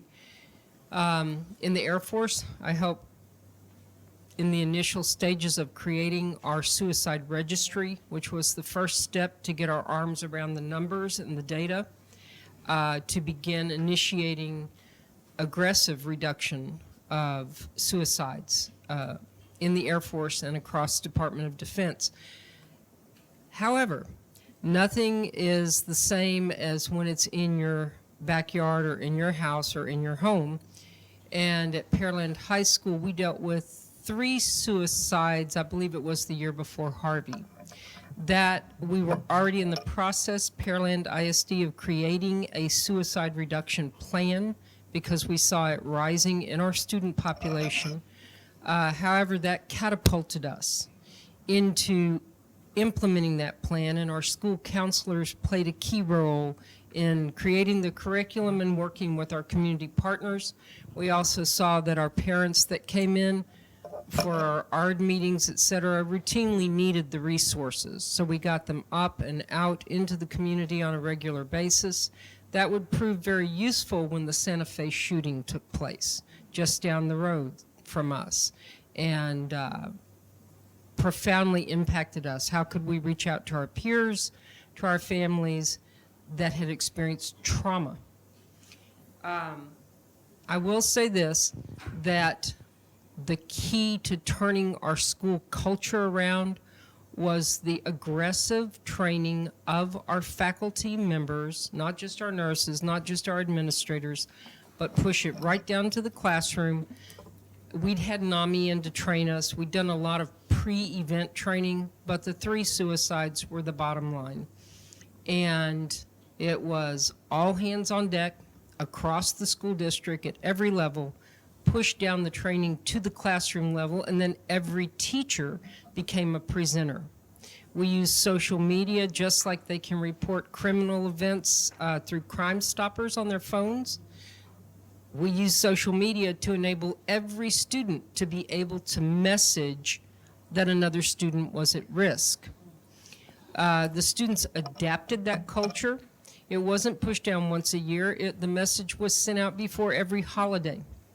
It would become critical during Harvey because when the students were separated from their residences through an enormous amount of flooding, et cetera, they didn't have their homes. They couldn't go back to their homes, some of them for a year, so they couldn't celebrate key holidays with their families in their places of safety. We had students coming to school in donated clothes and flip-flops because they had no clothes after Harvey flooded their homes. And so it became critical that we really used an environmental all hazards risk approach, which comes out of emergency planning, and adapted this as part of our public health and medical strategy in emergency management scenarios. And I'm convinced we saved a lot of lives because during the year of Harvey, and I'll just tell you one anecdotal story, I walked in to our counselor's suite, which I often visited, and our counselors were profoundly resilient. But that year, several of them had lost their homes to Harvey and were trying to rebuild. And our counselors looked completely emotionally wiped out. They were not themselves. And I said, "What's going on down here?" And they said, that week alone, going into the Christmas break, in the year of Harvey, they had 12 potential suicides that week alone on our campus. So my take-home message is you can do it. You can do it at the district level. You're absolutely correct. It takes a unified response, and it must be done routinely. It must become part of the school's culture. And we can help from the emergency management, all hazards approach. We can help in our planning, in our public health and medical annex to our emergency management plans for a county. But I want to thank everybody for doing this. I want to strongly encourage you to keep at it. And I want to say that I'm profoundly impressed as a new employee to Fort Bend County on July 5th that Fort Bend County gets to it and they get things done. And so whatever we can do, I'm sure Dr. Minter is leaning forward, and I appreciate her presence and encouraging and working with Judge George to bring this select group of people together. Can I just piggyback on that and say that's an excellent program, and I do hope that you guys are writing that up so that it could be shared with all of the other school districts. But the other thing I want to say, just to empower, and my heart goes out to you and your family, and I'm sure there's others here, empower our parents. I want you to think of school as a place to collaborate with. And I don't know a principal that if a group of parents felt like they wanted a program for the children, can we organize a program to come bring some experts in to talk to our children about suicide? Because I don't know an administrator who would turn that down. Now, some people will have to come together to do the work. So use your PTO. I mean, I don't know what's happening after COVID, but any circle group you have, use them to encourage your administrators. Let's do something. Our kids are suffering, and I think they will hear you. And now you know you have a panel of You have a people panel. you can call on or whatever Yep. to get some help. But let's make it work for us. Definitely. Yes, we can definitely be a resource, yes. And we have one last question. I know that. I'll make it quick. Yeah. We're good. Really quick. We're good. I kind of wanted to take this on a personal level.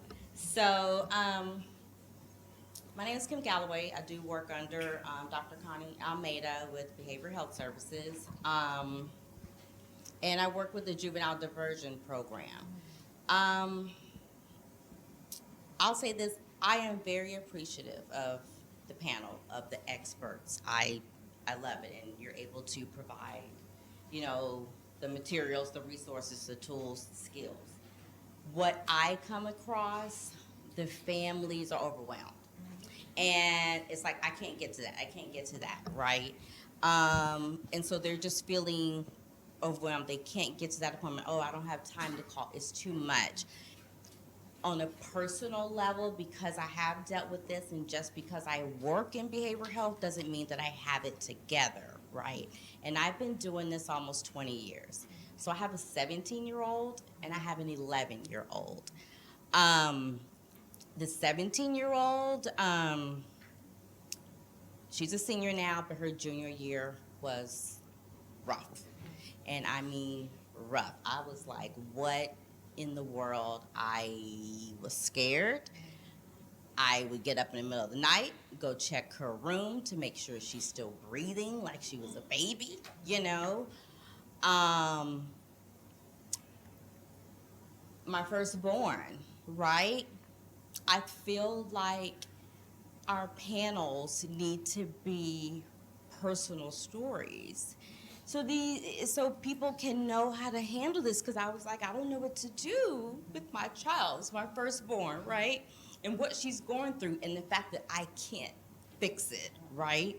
And it's like, what do you need me to do, girl? Do you need me to fight somebody? You need me to, like, you know, you need me to handle somebody? Because she knows, you know? And I just didn't know it, and you know, I was tired, but then I didn't want to neglect, you know, my younger child. I have a cousin just a few years older than me that was going through a lot, and I asked her, I just flat out, I said, are you wanting to kill yourself? She's like, no, but then she just let out all this stuff. I said, look, and this is how I talked to her. You need to X, Y, and Z. I'm gonna map this out for you. I did her an email, I color-coded it. Start here first. Get your EAP number. That's all I need you to do. Get the EAP number. Once you get it, that next week, you call that EAP number. You make sure you have 30 minutes or an hour to devote to yourself where you're not interrupted. You call that number. These are the questions that they might ask. I already have those questions for her, you know, because she knows nothing about mental health. She's never done it. I'm more than happy to provide the email as just an example to you all if you'd like it. But I mapped it out and everything, and I said, okay, and hey, this is what you can get. I completely mapped it out. I stayed on her. I was understanding. I'm like, okay, you didn't do it. That's all right. When are you going to do it? I'm going to give you one more week, or I'm going to give you this, or whatever. Took some time. She finally got to that therapist, you know. But there's a lot of things she has to go through, you know, but she made that first step. The last one, a kid that I had in the program, the SOURCE program, which earlier this year, well, I had him last year. He was my first virtual kid. Never saw him in person. Everything was virtual through, the skills training and case management. Great relationship. He wouldn't talk to a psychologist. He wouldn't talk to a therapist, but he talked to me, but I was just an ear. I just listened to him. He's like, you understand. Anyway, things got better. He successfully completed his probation. I was able to discharge him successfully. He was doing good, right? February rolled around of this year, February 28th, and that's when I found out that he took his life. He graduated high school. This is my first loss. In the 20 years that I've been doing this. It's hard. And when I called the mom, you're not going to have answers. Don't look for the answers. I told her, I said, I don't know what to tell you. I don't know. I don't know what to say. I could have done more. I could have done this. It's always that. It stays in the back of your head. He's someone I thought of as my nephew. And if anyone knows me, I'm close to all of my nieces and nephews. I have 8 of them. And that's what I thought of him. And so, I don't know what I say that to say I appreciate this mom's story. I feel like more personal stories need to be heard. And maybe you all can gather from what we went through with my daughter when she felt her way. I didn't want to put her in the hospital. I didn't want to take her to a psych hospital. So I made the choice. I'm like, scoot over. I'm getting in the bed with you. She has a day bed. I didn't care. We were going to make it work, right? I said, scoot over. And that's what we did. I did that for X amount of nights. And then I got my other daughter, so she has a day bed. I said, hey, we're going to have a slumber party in Sissy's room. She didn't know any better, right? And that's what we did. I hid things. She didn't know where things were. I had a talk with her. I'm like, you're my firstborn. I want you to talk. So, I didn't mean to do all this. Okay, but I think it's just important for people to hear personal stories. And like I said, I appreciate the expert advice. I really, truly do. I think it really hits home when people hear from others, right? I think that, I don't know. Oh, my friend, I keep in touch with her friends. She's got one that I know I can call on and say, hey, what's going on with my child? Her teachers, I keep in contact with them, or if they know how I am. So if something happens, like they know, oh, what you need me to do? Okay, you're not gonna have that problem again. I'm gonna talk to her. So they know that I'm strict, and so they pay attention to that, and so they tell me, all of this stuff. So pay attention in your child's lives. Keep that friend. I have her, in my phone. I can text her, hey, what's going on with my daughter? Excellent. And she'll tell me, and she'll tell me if I need to be concerned. So keep that friend. My daughter doesn't know that I talk to her because I do not want to break that relationship, that friendship. So my daughter doesn't know that I talk to her, but I just kind of keep tabs and stuff like that. I keep tabs on my cousin. Try to reach out to the mom that lost her son. Am I holding myself responsible for that? Yes, I am. Because I felt like I could have done more. I don't know, but you just hold that guilt, and it's a tough loss. I don't know how this could be formulated. If you had people to speak on those personal issues, and I think that would come across more. Thank you. I'm sorry. No, I'm sorry.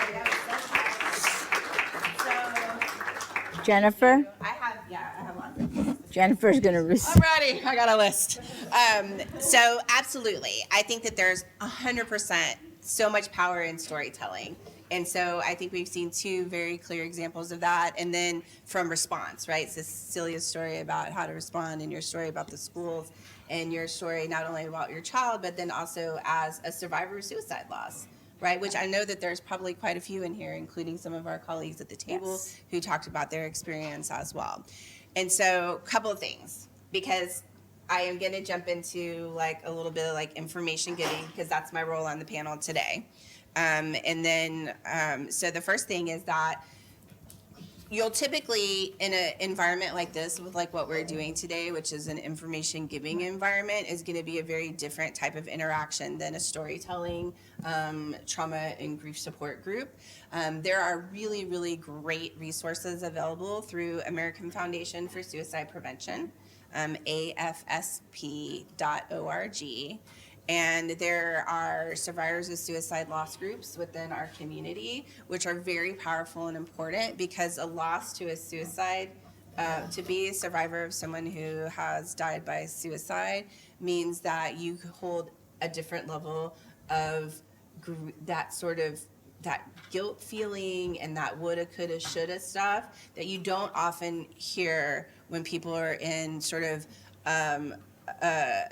other types of grief support groups. So that's why there's a whole other way of providing grief support around suicide loss, because of exactly what you shared with us. And what you hear in those groups also, again, is this idea of I'm not the only one.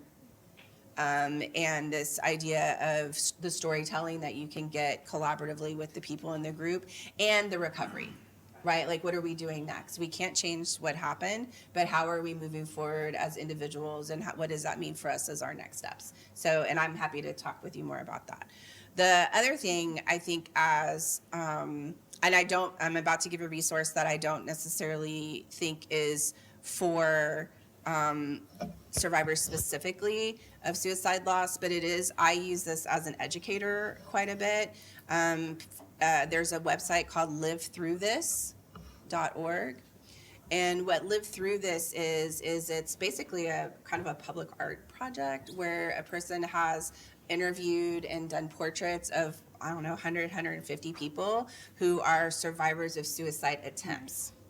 And what's so powerful about this particular project is that it's all the stories of these folks about what got them to that point of their attempt, and then what has kept them living after.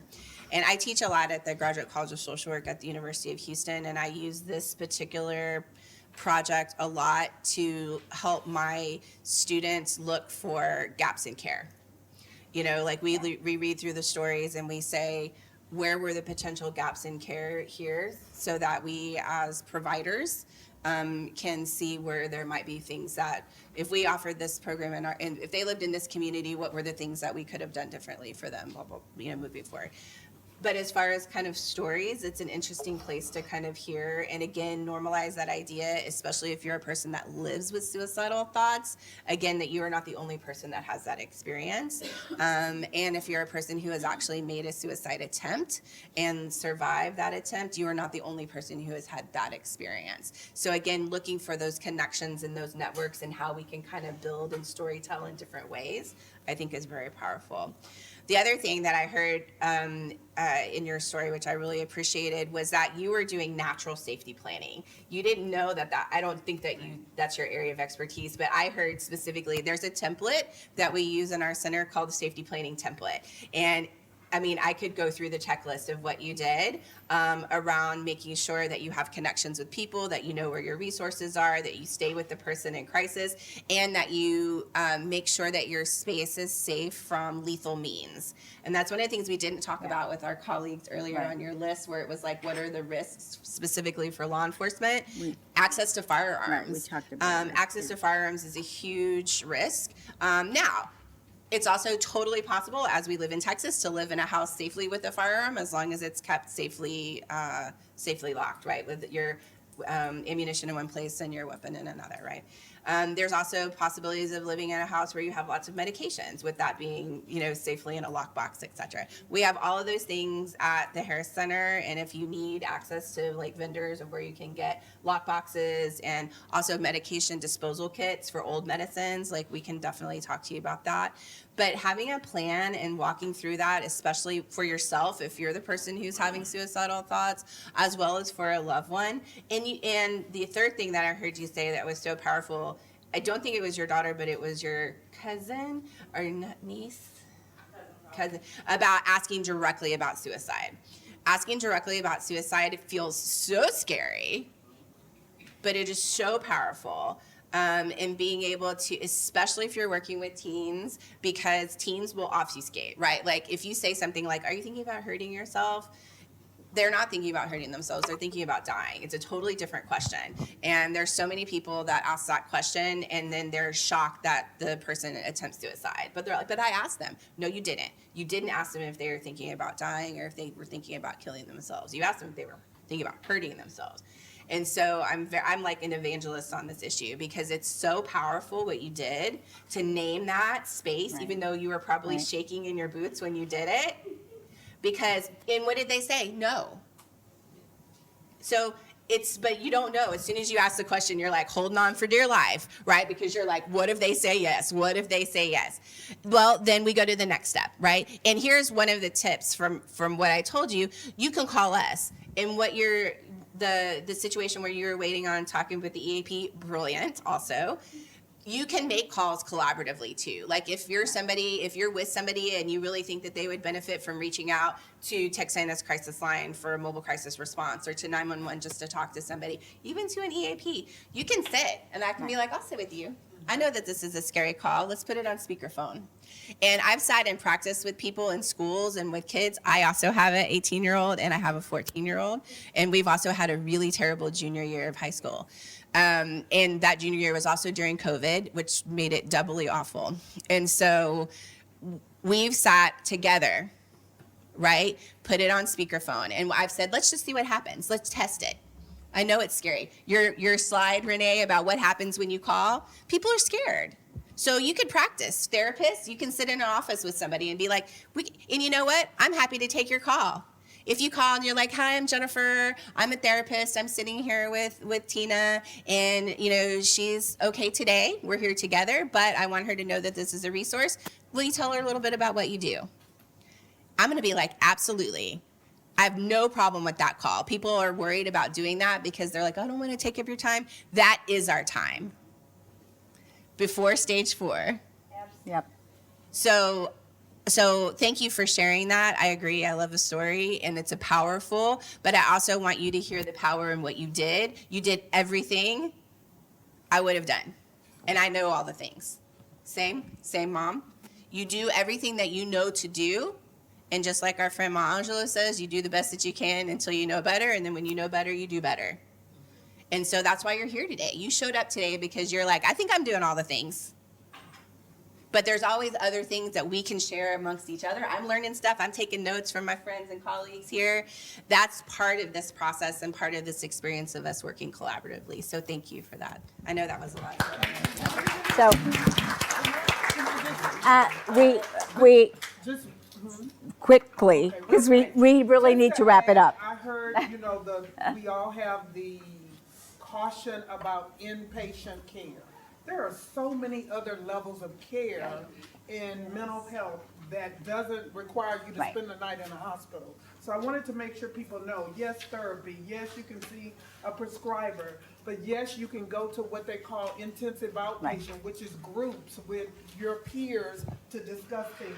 And that might be 3 days a week. Or you can go to a partial hospital where you go 5 days a week and you go home every night. So there are ways to get mental health treatment other than inpatient. Inpatient is for the person who has a plan, ready to kill themselves right now. Right. That's what inpatient is for. So just remember, there are other levels of care to use. 100%. I just want to say one thing. Thank you so much for telling your stories. And I'm just saying this as a mother, not as Captain Budnick here in uniform. Just as a mother, you said 3rd grade. That, for me, my son had a kid that, was talking ugly to him and things like that. So if you work with the school or a school administrator or anything like that, please make sure, speaking from myself as a mom and from everybody else, also check on the kids that are on the receiving end of that. Because a lot of times we put so much time and effort and to the kids that are not behaving or making the best choices, that we also forget about the ones that are on the receiving Right. end, because they carry that, and it's important for them to know that they know that their parents have their back when they're at home. It's so important to make sure that they know that you as administrators, the school teachers, everyone, has their back at school too. It's going to look out for them. I just wanted to say that. Thank you all. Sign-in sheet, we will be around if you need cards. Also, the PowerPoint and resources will be on, if you go to Corbin County Behavioral Health Services, we'll have the information out there. And again, if you need cards and more information, and we will continue this discussion. Thank you. You guys were amazing. It was like a perfect flow for the last minute. That was great.